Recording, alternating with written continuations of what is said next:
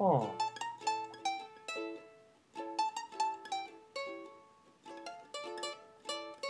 So at the start of January this year, I was invited to this party, and it was a party that I didn't really know. I knew all my friends were going to be there, and they kind of talked me into going. I wasn't that bothered about going, but I decided that day, get really dressed up, have a good time.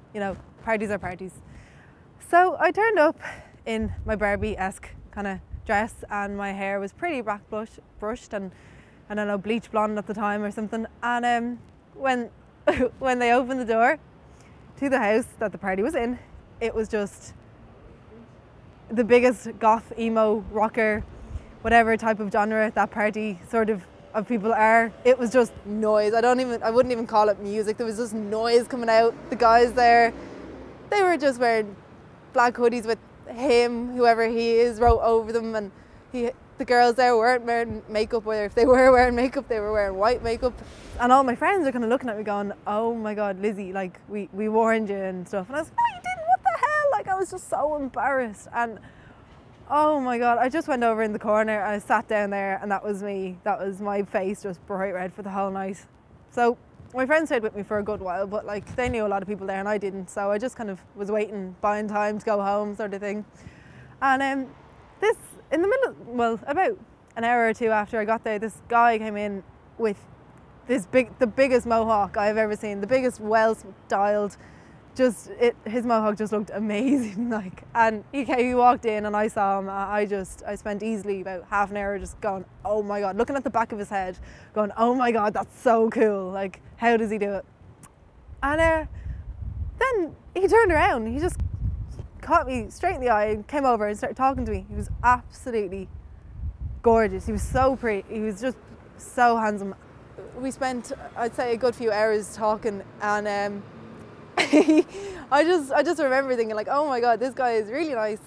He was a bit kind of smaller than me, but like his hair kind of made up for that because it was way bigger than me. So he was just so cool. It was such a good night, like. And he asked me for my number, and I gave it to him and kind of did the whole like, yeah, of course you're gonna text me, whatever. And on my way back to my friend's house, actually, he did text me, and we were texting for pretty much like the whole of that night. And that week, when I was back in school, like I was in 5th year, and that week we met up, and one of the times he just kind of met up, and it was just a surprise. And the next time he met up, and I knew about it, but he had roses, a big bunch of roses with him.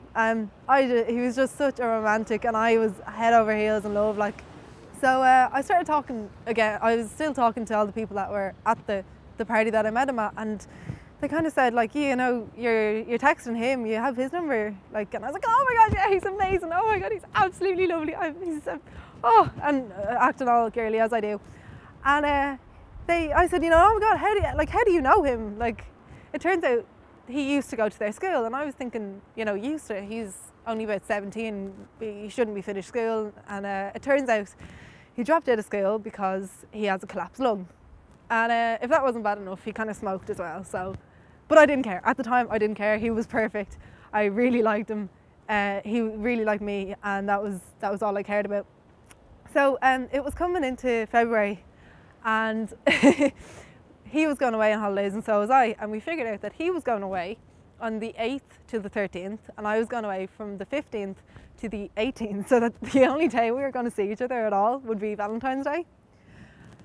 And I thought I was getting married on Valentine's Day. I really did. I was so smitten. I was just absolutely ecstatic. So it was coming into February, and I was doing a lot of work with my school, charity work for the Haiti concern thing. And he had agreed to come into his town to meet up with me one day after I'd finished that. So he lives on the Lewis line, and I went to the Lewis stop over at Stephen's Green, and he just didn't turn up, like. And then the next day I didn't hear from him. The day after that, didn't hear from him, and he was just disappeared, like. So I got I was pretty cool with it. I kind of didn't care, and rose above it and everything. I sent one kind of really harsh text message to him, basically like, you're an asshole, blah blah blah, don't like you anyway, blah, whatever, something really childish. And then coming up to the time he was supposed to be going away on holidays, I got a phone call off his best friend, who had been at the party that we met, and he just rang up and said, look, can we meet up sometime? I really need to talk to you. And I was thinking, no, we can't. Like, your best friend's an arsehole.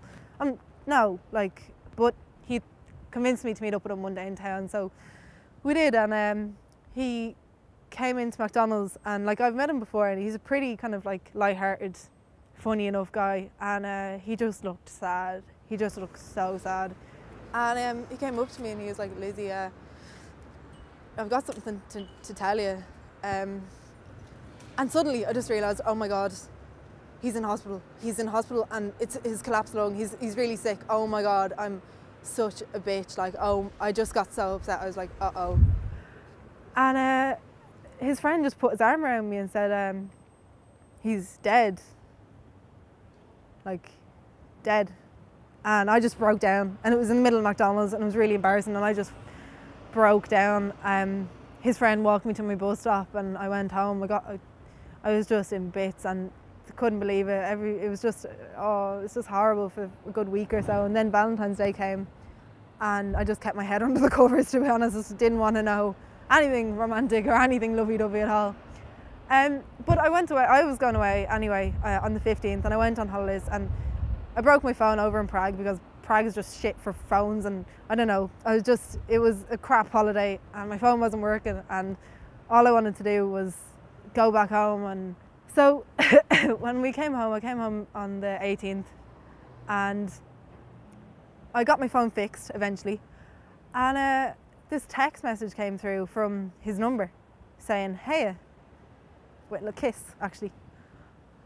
And I just remember looking at the phone going, oh my God, my phone is still broke, my inbox is messed up, I'm going crazy, I'm seeing things, like what the hell? And I kept looking at it and looking at it and looking at it, and then I decided, look, I'm going to ring the number and see who has his phone. Someone answered and said hello, and I said, who's texting me off this number? And the next thing, he started giggling. It was all a joke. It was all a joke. He wasn't dead. He still smokes. His lung was fine. Well, his lung was fine. And he was late. The day that he was supposed to meet up with me, he was really late. And he just decided, nah, this way is going to be much funnier in the long run, and we can all have a big laugh about it. And he just didn't see anything wrong with it. And I was just, oh my God. Well, needless to say now, there's more than a collapsed lung that's wrong with him. But yeah, that's my story.